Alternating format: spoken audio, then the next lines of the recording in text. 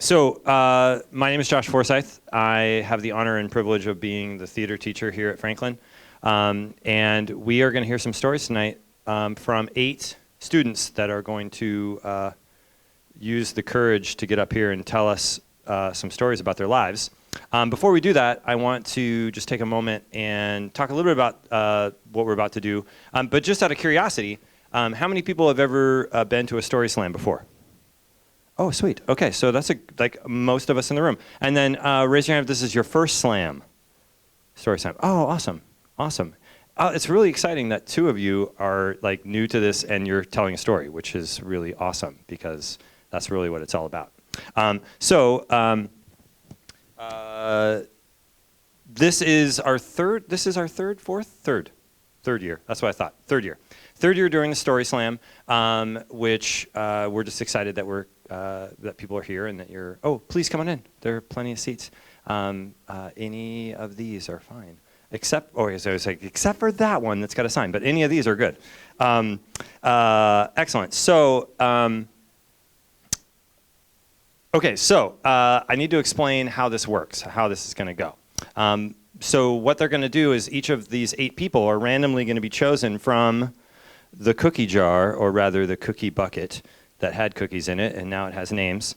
And randomly, some people, not me, because I've decided I don't want to. I just don't want to. So I'm going to have somebody else, the people on the right and left of me, are going to choose one of those names, and then I'm going to read out the name, and then they're going to come down and they're going to tell us a story. And in that telling, there's going to be some rules, which I'll explain here in a second, and they will be judged. They will be judged by these 5 individuals that are here joining us tonight. Graciously, they're giving their time to help us decide who will be the first, second, and third place winner of the 8 people. So I'm going to take a moment and introduce the judges. And if you would like to stand and be recognized, that would be awesome. But you also don't have to. You don't have to. But if you do, then they will see what you look like. And then later they can, I don't know, they'll know what you look like, which I think is good. So I'm going to introduce them, and then I'll give you an opportunity to show us who you are.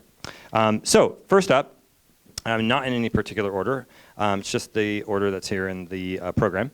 Kita Gupta grew up in Maryland and was a performing artist and won for poem recital competitions in the DC region. She is trained in, I'm going to try my best, Kathka? Oh, sweet, thank you. A Northern Indian classical dance which revolves around storytelling through hand movements, footwork, and facial expression. She has worked with and for Franklin students and families in Step Up. She has seen many talents of Franklin students possess and the powerful voices they carry to excite their witness, their storytelling tonight. So thank you very much for being here. Next up, we have Keisha Jarrett. Is a writer, actor, and director. She has lived all over the U.S. but resides now in Portland, Oregon. She has told stories for The Moth, Backfence PDA, Wild Fang, 7 Deadly Sins, and more. You can see her acting in the upcoming production of Schoolgirls or the African Mean Girls play at Portland Center Stage in January. Next up, we have Olivia Jones Hall. Was born and raised in the Pacific Northwest and was brought up through Portland Public Schools, including Franklin. She continues her relationship with PPS at the Youth Programs Coordinator at Literary Arts, which keeps her optimistic about the next generation of brilliant storytellers. And next up, we have Andre Middleton, is an executive director of Friends of Noise, a nonprofit educational all-age organization that provides safe and productive spaces for all-age concerts focused on arts education and youth leadership opportunities. Andre is an activist around inclusion and equity and community connector within the arts, and the producer of the Friends of Noise Presents, a youth-curated radio show on X-Ray FM program, in addition to being the Board of Trustees for the Portland Institute of Contemporary Arts. He recently joined the Youth Advisory Board for Literary Arts. And last but not least, we have Dave Williams. Dave Williams, whose mom would sit on the side of his bed and spin tales of Depression-era Kentucky, firing Dave's imagination as he went off to sleep. In addition to planting the seeds of storytelling in his soul, she also emphasized the importance of listening to other people's stories. And for nearly 6 years, Dave has been doing just that as one of the regional producers for The Moth in Portland. He tells audiences his own stories when he can, but he gets equal amount of joy helping others tell theirs. So can we please, oh, do you have something? Sure.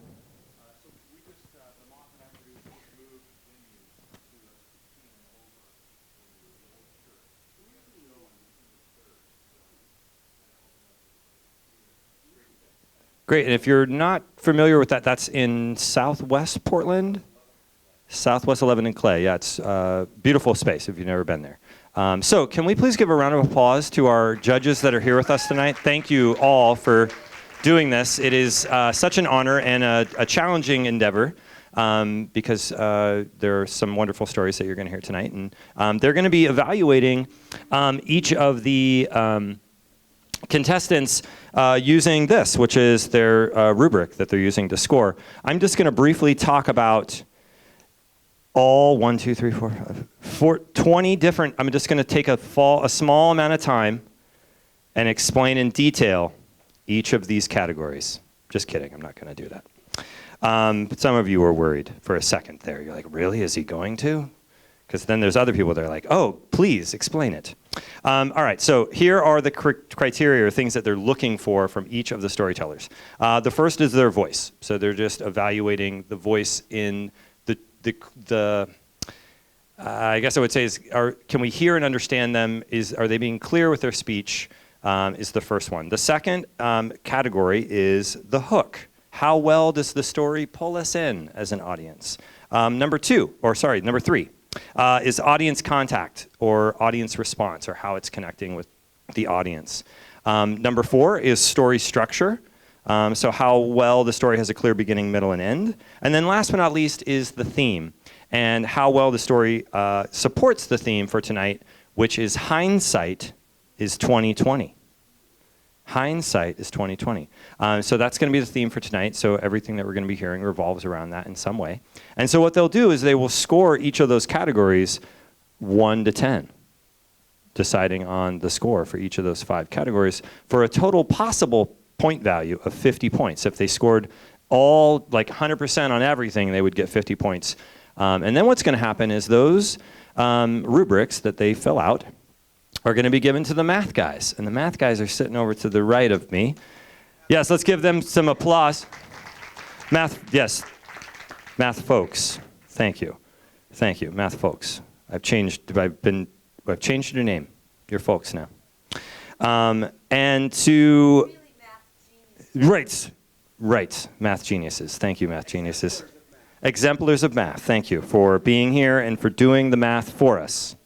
I have trouble counting because I had trouble earlier, and you noticed that I skipped 2. I went right. Actually, I skipped 3. I just went right to it. Anyway, and then they're going to total it up, and then I'm going to banter some more, like I'm doing. And the people to my left, the folk to my left, the music folk, are going to be playing various songs from a variety of things, but a lot of what you're going to hear is from the hit musical that just closed here at Franklin, The Addams Family, the musical. So if you hear songs that you're like, that sounds familiar, it's because it is. It's because it is, if you came and saw the show. If you didn't, then you'll be wondering, what is that? And I would just encourage you to listen to the soundtrack at some point, because it's great. Okay, so I have a few more things that I need to say. And I'll add some stuff as we go. Oh, we are gonna take a 15-minute intermission? Is that how long? Sure, 15 minutes, sounds good. Julian Taylor, you are up first. All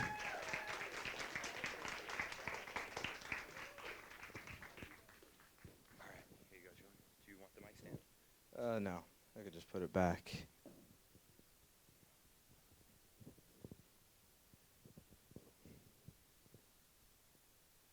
In my opinion, there is a lot of truth to the phrase, proper preparation prevents poor performance. Take this example.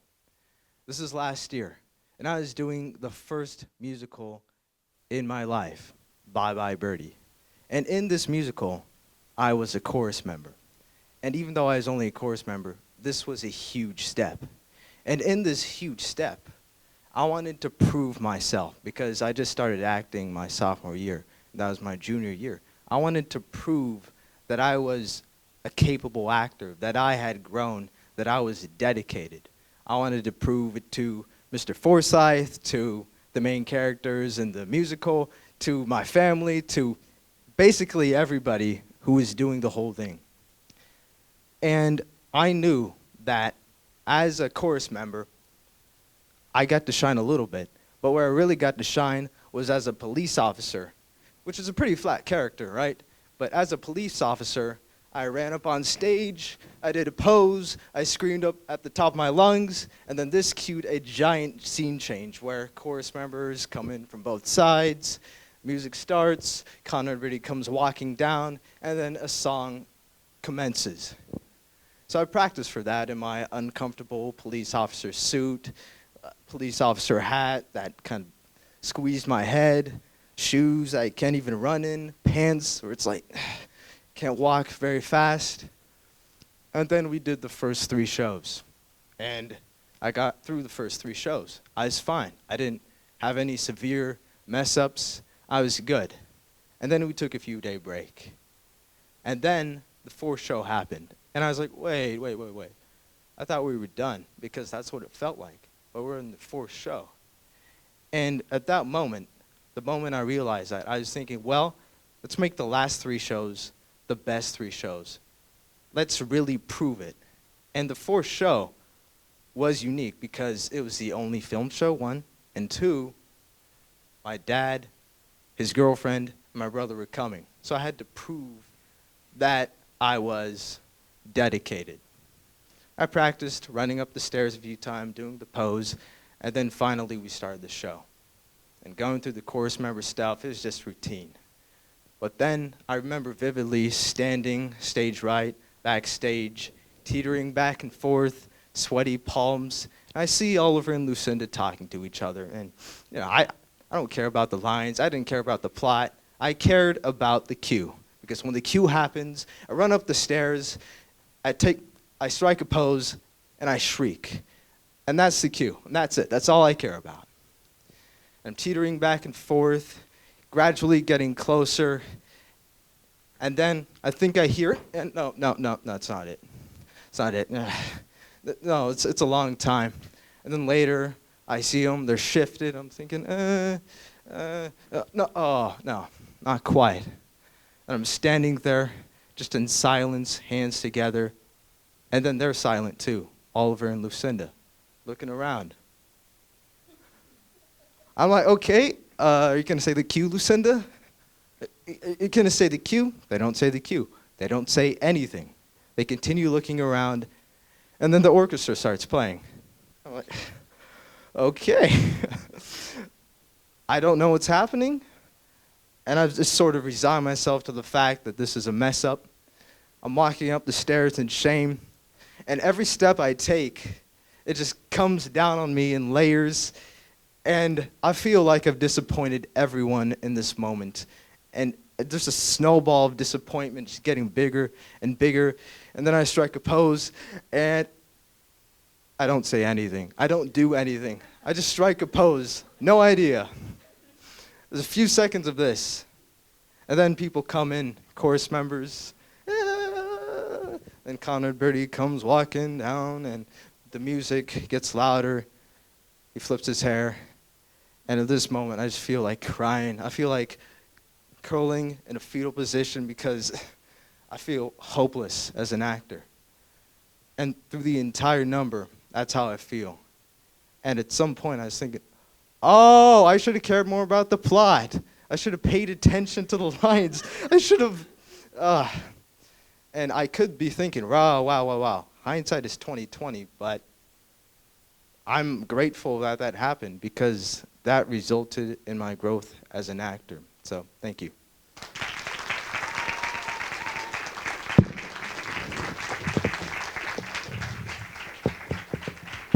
So one of the things that I didn't explain, that I'm going to explain now, is that we're keeping time on, maybe I mentioned it, maybe I didn't. They have 5 minutes to tell the story. If they get to 5 minutes, which Julian was very close, 4 minutes and 58 seconds, at 5 minutes, I will signal by raising my hand. I'll do some kind of thing like that. It might be slightly different. It might be like that. Was that? That wasn't very subtle. Oh, right. Yeah, so it won't be subtle. It'll be obvious. But I'll be over there. And then what will happen is the musicians will play a little something, just a little, yeah, like that. Like, oh, is that a phone? That sounded like a phone from a T-Mobile commercial. And then you're like, what, is that a T-Mobile phone? And then it's not. It's not a T-Mobile phone. It's an indication that you've gone over 5 minutes. And then at that point, they'll have a grace period, which is 1 minute long, to finish their story. And if they finish it before the grace period is over, which is 6 minutes, then they're fine. If they don't, then they are scored down for going over time by a minute. So anything over 6 minutes is scored down. Oh, that's right. Yeah, the math people are the ones that are responsible for that, scoring them down because they go over time. Sweet. Are you almost finished? Awesome. Do you guys want to collect their score sheets? Awesome. And then we're ready for the next person. Sweet. I'm going to have a different person draw the name. And that person is Cha-Cha. Come on down.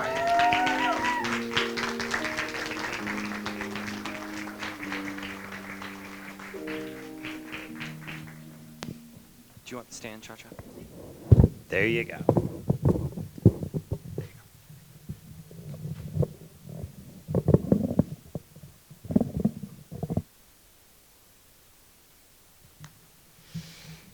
I'm Cha-Cha Mills, and this is the story of the time I fell in love with a bear. Now, you may know this bear. His name is Smokey. He's voiced by Sam Elliott, and he wears jeans, a belt, no shirt, and a hat. Now, this wasn't any kind of physical attraction, seeing as I was 4, and it definitely wasn't the pseudo-romanticism that you see in Disney films. It was more like the inspiration and awe that you see in a high-ranking official for their tyrannical leader. And I remember getting my Smokey the Bear doll, which would rest at the head of my bed, because that was the place of honor for stuffed animals. And the other ones kind of sat at the end, a little bit sad looking. Smokey would get a kiss goodnight every night. The other ones would occasionally get it on the weekends. And that moment was very pivotal because one of the primary constants in my life has been my love for Smokey the Bear. When I was a little bit older, 7, I was a member of the Junior Rangers with the National Park Service. And the Junior Rangers was a program during the summer that was often put on by park rangers that maybe were drinking a little bit almost the entire day. They gave us these tan vests with a little fleecy patch because, you know, every 7-year-old needs a place to put their fly fishing ties. We also had large pockets for stones and whatever else we would find on the trails, and just kind of a sense of honor. And once we finished the program, basically signifying that we could actually identify poison oak and tear apart an owl pellet, we were given these gold-plated Smokey the Bear head pins. I received 2, because I did it 2 summers in a row, so I put them both on the collars of my vest. We also received this bright red ruler that said, "Follow Smokey's rule. Only you can prevent wildfires," which I still use to this day. Fast forward a little bit later, I started going to the Portland Pride Festival, where Smokey the Bear would make his appearance, and I would get really excited and take quite a few pictures with him, all in different poses, and maybe hug him a little bit too long, and I definitely made the man inside the Smokey the Bear costume very uncomfortable. And if we go a little bit further, came the conversation with my mother regarding the Smokey the Bear patch she had given me.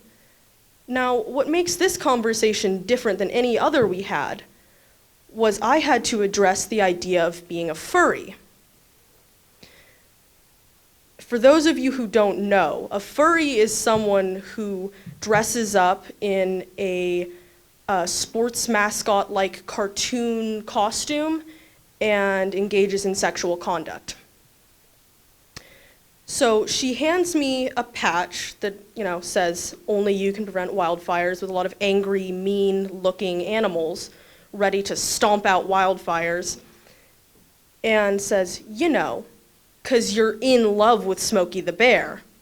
And the way she put emphasis on "in love" made me think that maybe she thought that I was interested physically in Smokey the Bear.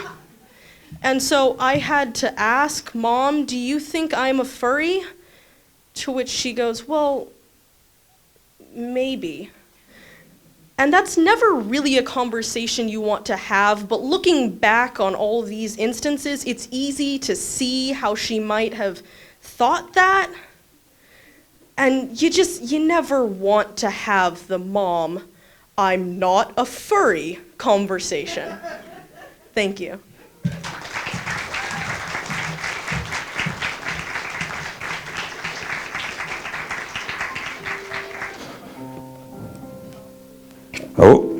Oh. And next up is going to be Noah Cunningham.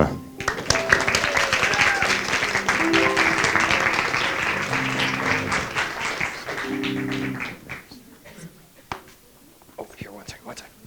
Okay, Noah, do you want the stand? No. Okay, here you go. Thank you. All right.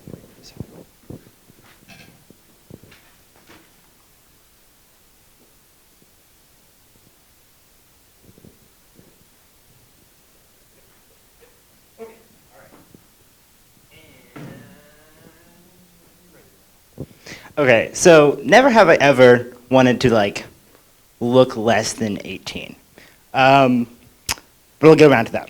So I grew up in a mixed race family. My mom is German, immigrated from Germany, and my dad is African American, Native American.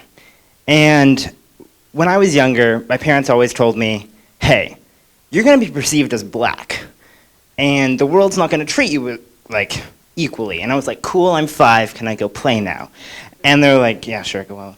Anywho, so my dad told me stories about my cousin and my uncle. And he was like, "Your cousin got pulled over by a police officer when he was only 16 or something.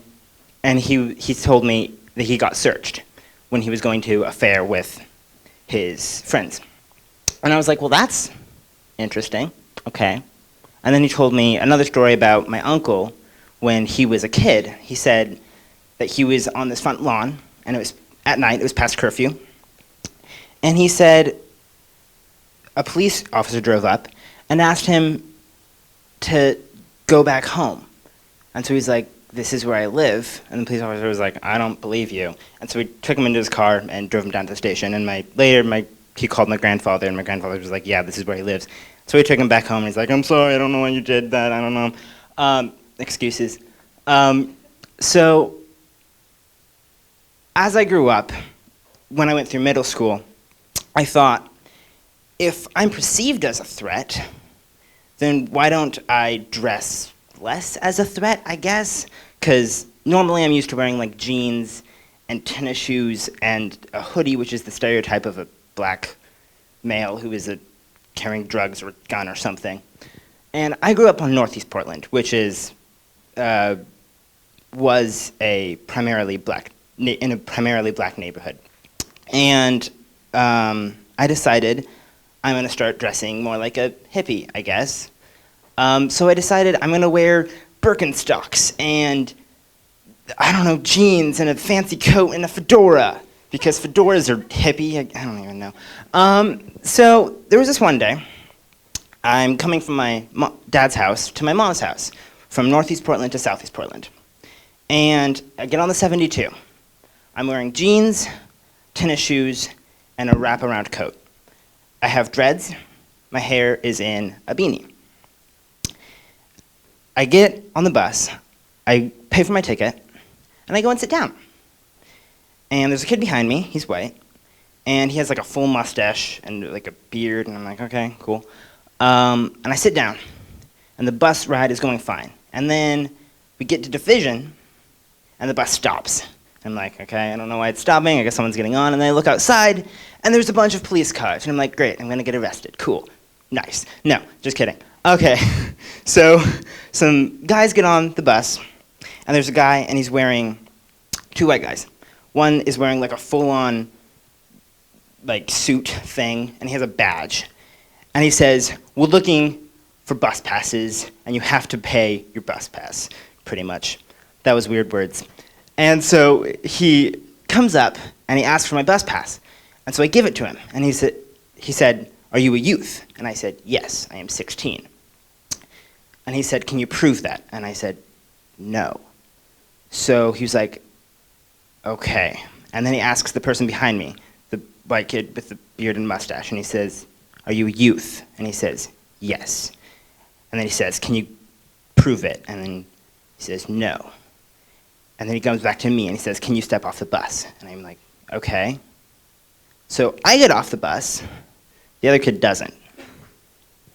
And I'm sitting outside with this officer, and I look around, and all the police officers are white, except for one guy, one black guy. And he just does not look at me, like the whole time. And there's two other people that got pulled off the bus, another black guy and a white guy with a bunch of tattoos. And I'm thinking, cool, these are the people that you've pulled off the bus. Nice, cool. Okay, so he asks me, can I look in your bag? Do you have anything to prove, like, that you go to school or anything? I'm like, no, I don't. I'm homeschooled, so I don't have anything in here. It's like mostly sketchbooks. This is when I'm 16. I think I said that already. And he goes, okay. Do you have your parents' phone number? Can I call one of your parents? And I'm like, I guess so. And so I give him my mom's phone number. And she doesn't answer because she doesn't usually answer phone numbers that she doesn't know. And so I go,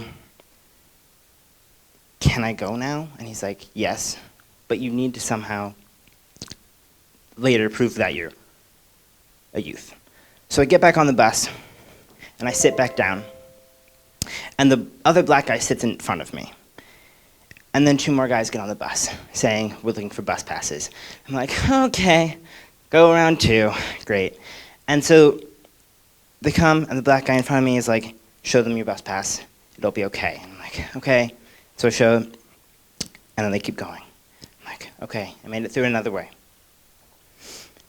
And I get home, and my mom's talking to a neighbor, and I say hi, and then I go inside. And she then comes in, and I'm just kind of like sitting on the couch, and she's like, are you okay? And I'm like, no, I got pulled off the bus. And she's like, why? And I'm like, I don't know, I guess they felt like it, I don't know. But what I learned is you can't decide what people are gonna do. People are gonna be people. And you can't change what they're gonna do by how you look or your actions are going to be perceived.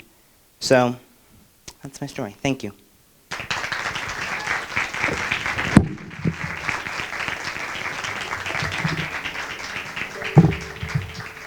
You guys have chosen. Raquel, it's your turn.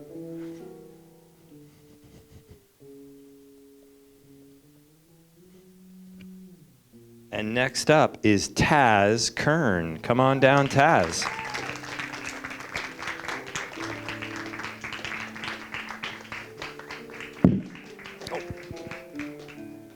Taz, do you want the stand? Okay, there you go.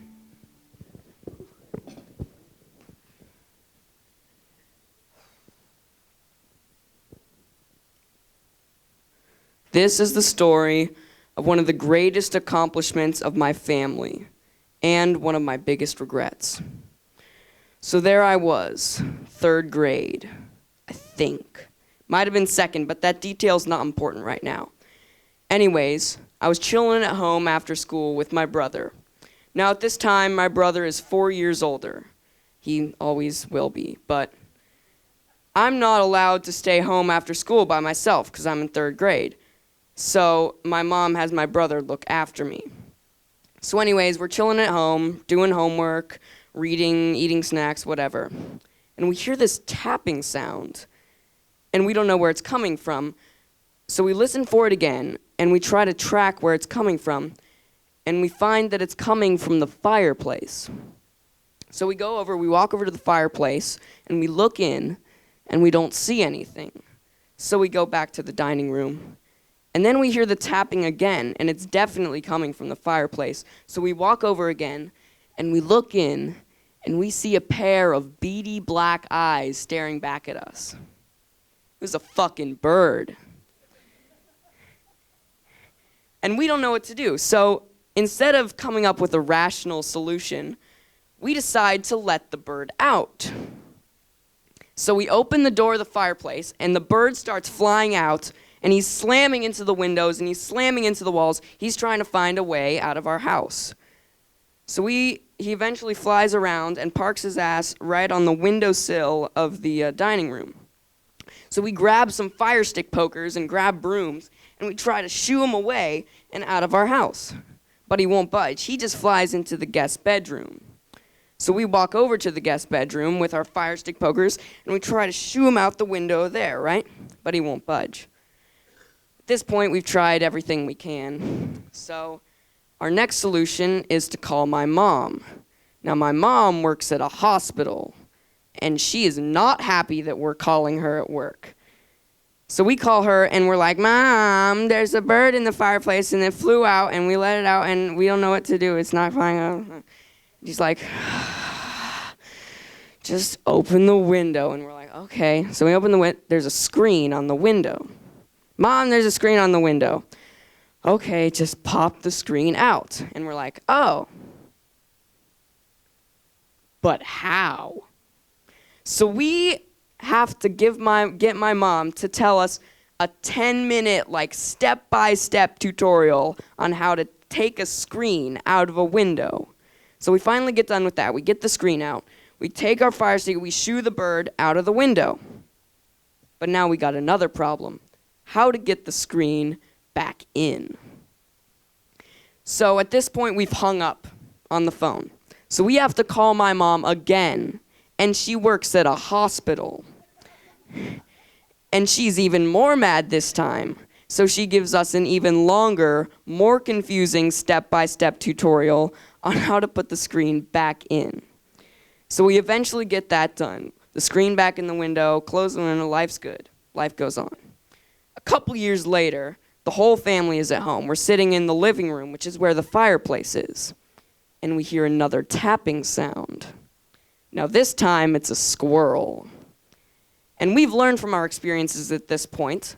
You know, we're looking back and we're like, we're not going to let the bird out just yet. So my brother, he comes up with a genius plan to make a squirrel highway, if you will.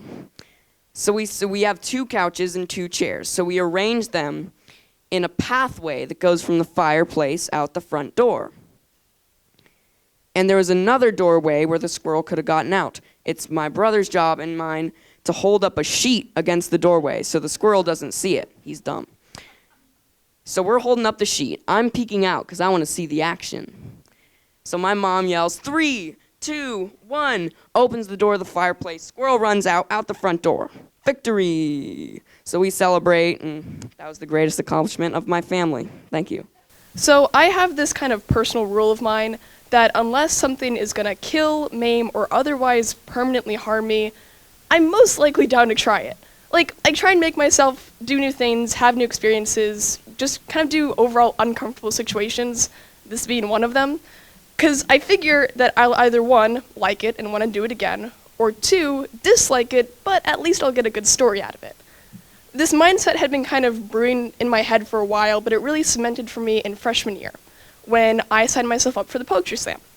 Now, I had never really spoken like my writing before prior to this, and so I was like thinking, you know what, this is gonna be cool. And I remember like seeing like the poetry slammers before and thinking like, oh my god, they're so cool, like it's so powerful and it's so beautiful, like it's such good pieces. I want to learn how to do that. So I signed myself up, and I got to work. And so you have to have 2 poems to be in the poetry slam, and they can be memorized or you can read them off, but they kind of prefer you to have them memorized just for the performance aspect of it. And so I write my 2 poems, I start memorizing them, and I have looking back on them, they're absolute drivel. Like, anyone who writes knows that looking back on old writing is disgusting, because it's just, you have a new mindset, it's just like, oh god, why did I write that? And so the 2 poems I wrote, they're not really necessary for what they are, but the one poem that I ended up performing was, like, it felt really emotional to me, but it wasn't. Looking back on it, it was awful. But in my mind, I was like, yeah, this is gonna be great, this is gonna be, like, this is gonna really, like, totally, like kill it, you know? And so I memorize these poems. I'm like, when I'm walking my dog, I say the poem. When I'm doing chores, I say the poem. I say the poem as much as I can to myself as I'm practicing. Night of the slam comes. I practice with 2 of my friends who are also performing, and I do it in front of them. I only stumble a couple times, but I'm like, oh my god, yes, I have it memorized, and I can do it in front of people. I'm gonna kill this. In my head, 2 people was the equivalent of the 200 people I was about to perform to. Keep that in mind. And so the slam kind of starts up, and it's in the library, and so it's like a much bigger venue. There's like 200 people-ish, and there's a big stage, a little bit bigger than this. And to pick who goes, they also have a kind of bowl, but it's more of like a fish bowl, like think Hunger Games. It's much more anxiety-inducing because they make a big show of it. Like they go up, they have the bowl, they pluck the thing in, they unroll it. They say the name, and then whoever is picked has to like kind of do this walk of shame type thing, because everyone is watching them as they come up, because it's a bigger walk. So like you have to kind of walk up the stage, get it, set it up, but it's longer, you know, so it's more like, oh god, don't look at me. And so all that's going on, and so poet after poet is called, name goes, and then finally they pick my name. Letherwood. Okay, you got this. Kind of get myself ready. Walk on stage, set up my mic, and I bring my journal with me because I was kind of iffy on the conclusion still. And so I set up my mic, set up my notebook, mic stand, and I look out the crowd, and I utterly freeze. Because in hindsight, I didn't practice in front of nearly enough people, and this had been my first time actually even saying my poem on stage, and so I was not ready for what I was seeing. And so I freeze, and I immediately start shaking. And I'm like, okay, you got this. And so I start. And it's going good, but then I forget my line. And so I look back on my notebook, and I can't find like where I am in the poem because I haven't been reading along. And I find the line, I turn back, and for those of you who don't know me, I have a bit of a stutter. And it's especially bad, 1, when I'm nervous, and 2, at the beginning of sentences. And so to look back and have to start a sentence and be nervous about, oh god, I have to restart my sentence, my mouth just doesn't work. It's like an old motorboat. Like, it cannot start. And so in my head, I'm like, oh god, just spit it out, just say the line. And so I eventually get it out, but then like after that, I'm mortified from that, and so that's making me stutter more, and that's making me more nervous. It's just an awful cycle. And so I continue, and somehow through this mess of a delivery, someone in the audience gets what I'm trying to say, and they start crying. And now I'm a very empathetic person, and so when someone starts to cry, I want to start crying, and they're in a spot where like I can't help but look at them, like they're like right smack there, and so I'm like trying to like not look at them while I'm continuing, and I can't help but see them, and so that makes me want to start crying, and so now I am stuttering, shaking, forgetting my lines, on the verge of tears, just not having a good time, and so I finish my poem, get off the stage as fast as possible. I don't score well, didn't expect to. But as I'm kind of sitting there, coming down from shaking, trying to breathe, I'm thinking to myself, you know what? It's done. It's over with. God knows you don't have to do it again. You didn't make it to the second round, but you know what to do next time, and it's, you know what? You got this. You're alive. You're breathing. you're good. And when you're not as mortified from that experience as you are now, this will make a hell of a story, which is how I'm telling you guys my story. Thank you.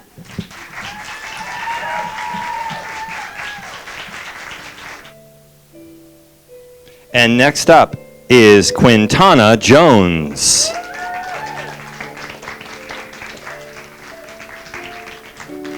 Do you want the mic stand?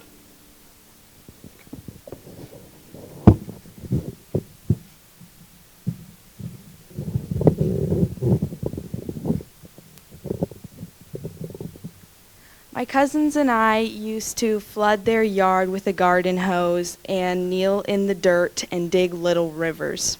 I lived in a town of about 5,000 people, and I moved away in the summer of 5th grade. At the time, it felt like the end of my life. And I went back every summer with my family usually, but the summer after 8th grade graduation, I was going back by myself because I was going to go see my K through 8 friends graduate and walk down the stage and shake the hand of the principal. And I had expected to feel really left out and sad by this experience because they were all moving on without me. And so I got on the plane and I'm sitting there thinking about how I'm going to go see all my friends and my family. And I'm like, okay, I'm really excited to see my family. But at the same time, I know there's going to be at least one moment where I feel like I'm going to kill them. And I need to accept that and go and enjoy myself otherwise. So I got there and they gave me big hugs and we went and we watched the graduation.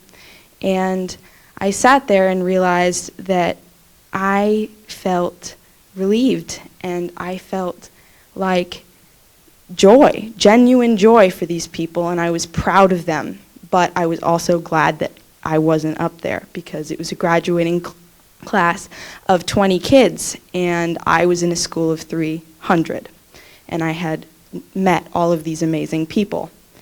And so afterwards we went to go celebrate. We went out for sushi, and I said, hey, Owen, that's my cousin who's in my grade, do you want to take a picture with me? No. He did not want to take a picture with me. Well, guess what, Owen? You're taking a picture with me. So we stand in front of the Rite Aid. He puts his arm around me, and he just looks miserable, but it's a cute picture. And so we're sitting in the car, and I posted on Instagram. And he's looking down at his phone, and my phone goes off, and I look. It says, Owen Jones commented on your post.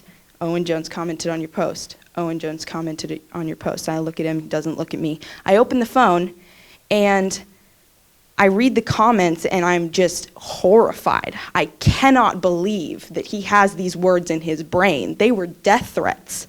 And he won't look at me, and I said, how could you do this? How could you do this after this day, and this picture isn't even offending? And I was angry and I felt guilty for some reason, and we just yelled, and the car ride was messy and loud, and we got to his house, and he stormed up the stairs and slammed the door. And I laid in bed until about 3 a.m. because I couldn't sleep. And I went into his room, and I sat down on his Star Wars sheets, and I said, we're going to talk about this. And we talked. We talked for the entire night, and he told me how he felt trapped and how he felt like, yes, it was an end and perhaps a beginning of high school, but it also meant that he was going to be in the same place with the same people for the next 4 years, and there was no way for him to get out of that. And nobody would listen to him, and nobody was hearing how he felt, because this was where he was, and there was nothing he could do about it, and I wasn't in that situation anymore. And I listened to him and realized that although he took his anger out on me in a way that had really not been appropriate or okay at all, and seriously hurt me, I had to recognize where he was coming from. And so we went to sleep really late, and we woke up at about 12, and we made some pancakes, and they were really good pancakes. And we're sitting at the dining room table, and my grandma comes storming up the stairs because she lives in an apartment beneath them. And she's shaking and crying, and we can't tell what she's trying to say.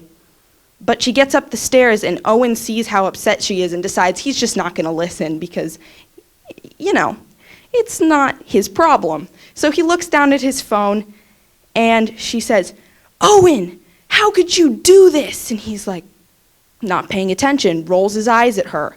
And I have never seen her this angry in my entire life.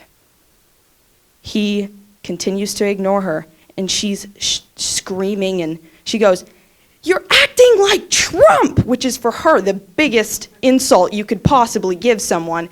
And he still doesn't look at her, and she reaches down, puts her hands in his pancakes. There's maple syrup dripping down her arms, and she's squeezing them between her fingers of her fake nails. And she says, "Listen to me!" And he finally looks up. And Brody, my other cousin, looks across the room at me, and we just start laughing. And through all the sticky complications, I realized that as much as I love that town and I love those people, I felt relief for the freedom that I had gained. Thank you. Troodon. Althoff is now next.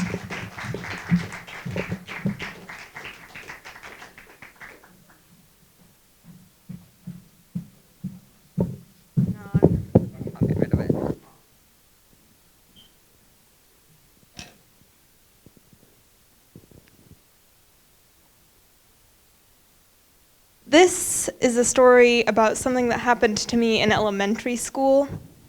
And in elementary school, I did not have many friends, and this was a choice in some ways on my part. Kids would come up to me and be like, "Oh, do you want to play with us?" And I'd be like, "No," and go walk away to hang out with my one friend.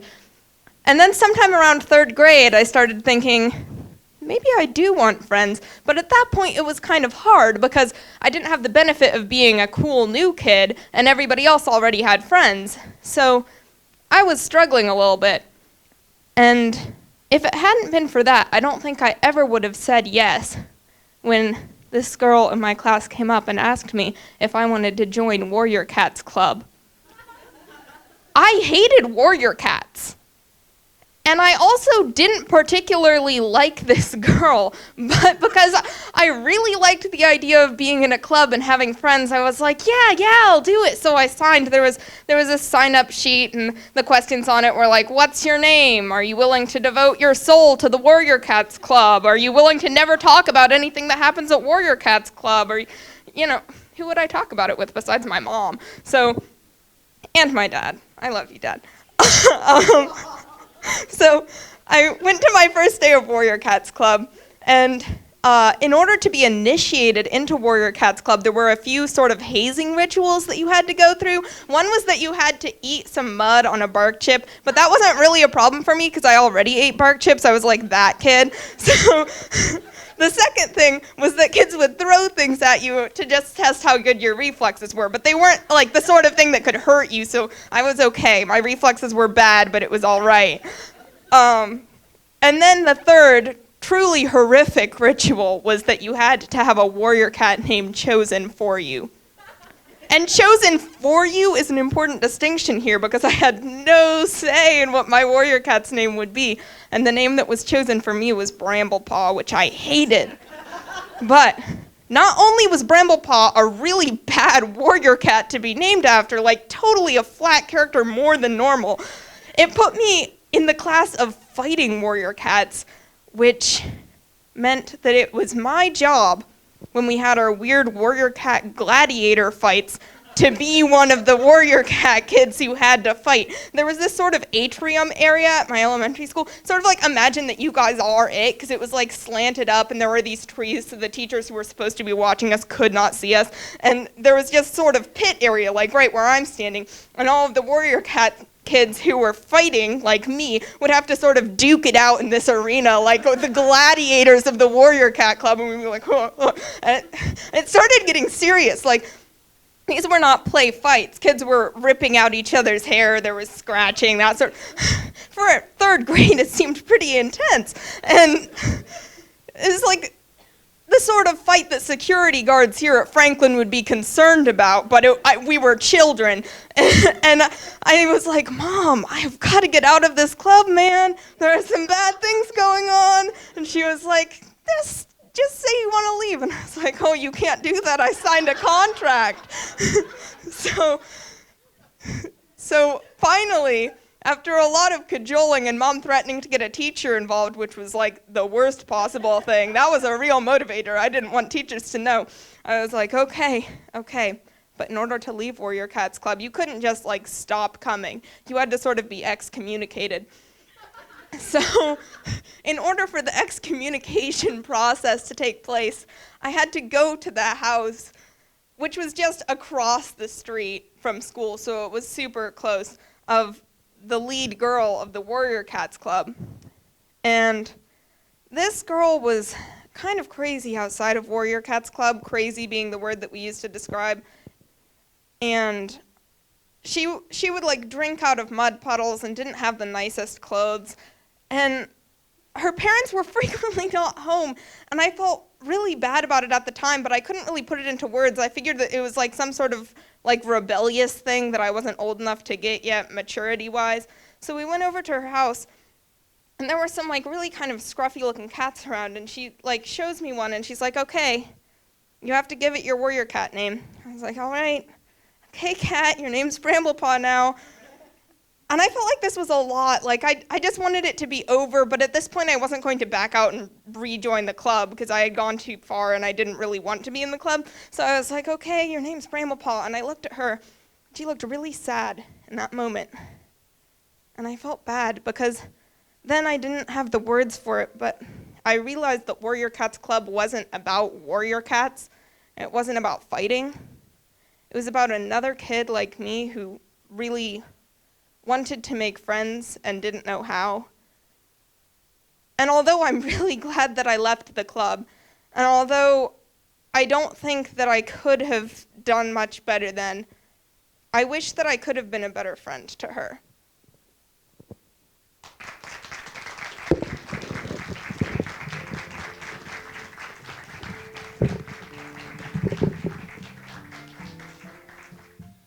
Rituals are important, guys. We got to finish it.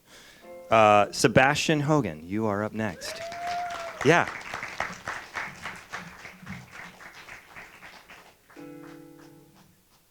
Sebastian, do you want the mic stand?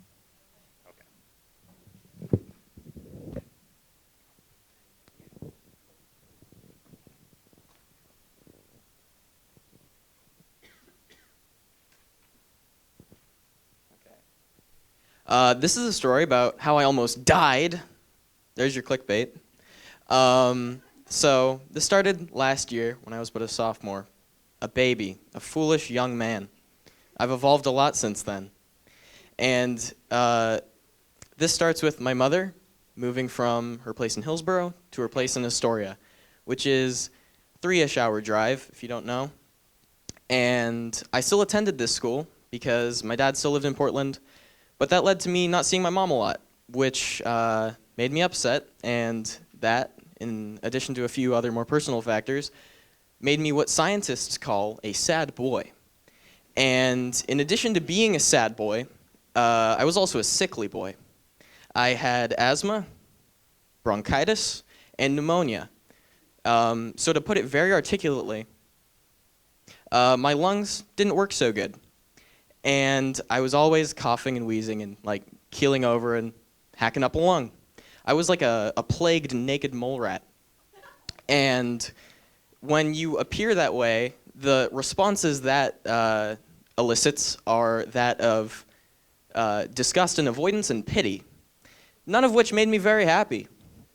And when people around you are treating you that way, you start to think that the world dislikes you, that people dislike you, and that's their problem. There's nothing wrong with you. And once you get in that mindset, you are on your road, just on the downward spiral to becoming a bad dude. And I remember that was most exemplified at first when, I'll make up a name for him. I don't want to name drop. My friend Aubrey Elliott King, who goes here, find him, after a play, said to his friend, whilst introducing me, this was the thought at the forefront of his mind when he thought of my character. He says, Sebastian doesn't care about anything or anyone. And I'm like, really? Well, guess that's what I've been putting out into the world, so I rolled with it. Still straight down that spiral of well-being and mental health. And I began to treat people, my friends, my family even, worse, like garbage. And when people would talk to me, they would often preface it with, Sebastian, about to make a serious statement, I'm going to need you to be emotionally mature for a second. And I'd go, emotional maturity is for babies, and I'm a big boy.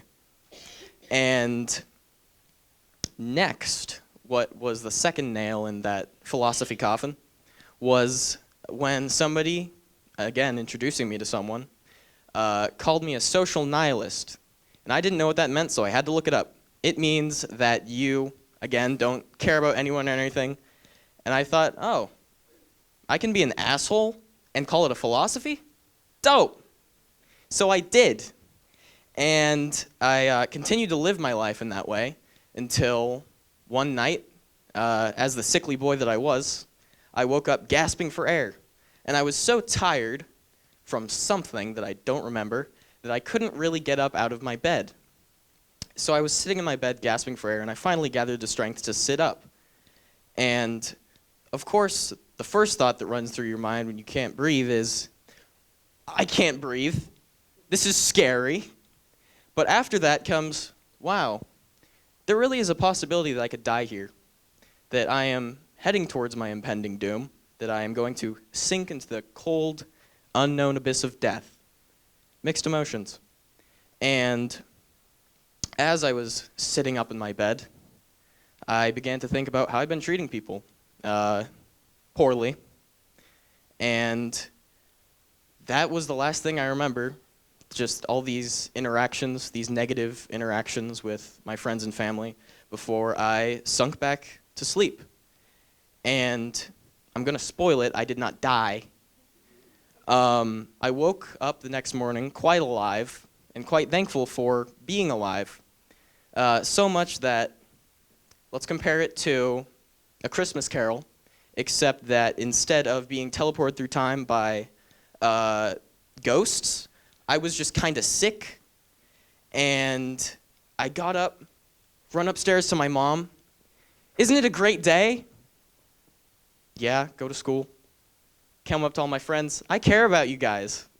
Okay, Sebastian, shut up. That was the reactions I got for a while, and it made me realize that the path I'd been digging myself, the grave I'd been digging myself, was the easy way, and sometimes the harder way that leads to more emotional maturity and growth is the better way to live your life. Thank you.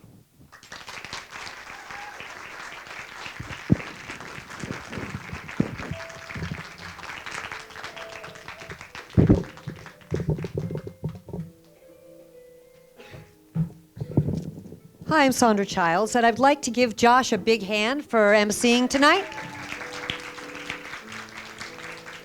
And for all of you folks to come out and listen to these amazing stories. This is sort of why I do what I do. This feeds me, and I'm glad to have you at my feast. Now, though, I would love all the slammers to come up so I can take a couple of pictures while we're doing some final calculations. Okay. All right. Third place, going home with $10 cash, is Taz Kern. Taz Kern. Here you go, Taz. There's your certificate and your cash. All right. And now, second place for the tonight is going home with $25 in cash. Is Ivy Letherwood. There you go, Ivy. Congratulations. And now, last but not least, but actually number one, because it's weird to say it that way. Sorry, I don't know what I was thinking. The number one place winner. That's also awkward. Winning this evening's slam is Troodon. There you go. Congratulations. Thank you again for coming. Come back next year. Yeah, and we want the 3 winners to stay up there so Miss Childs can take your photo. Okay, thank you guys so much. Thank you, thank you, thank you. Oh, I do want to say this. So Troodon was at our first Story Slam workshop and kept coming back and kept coming back.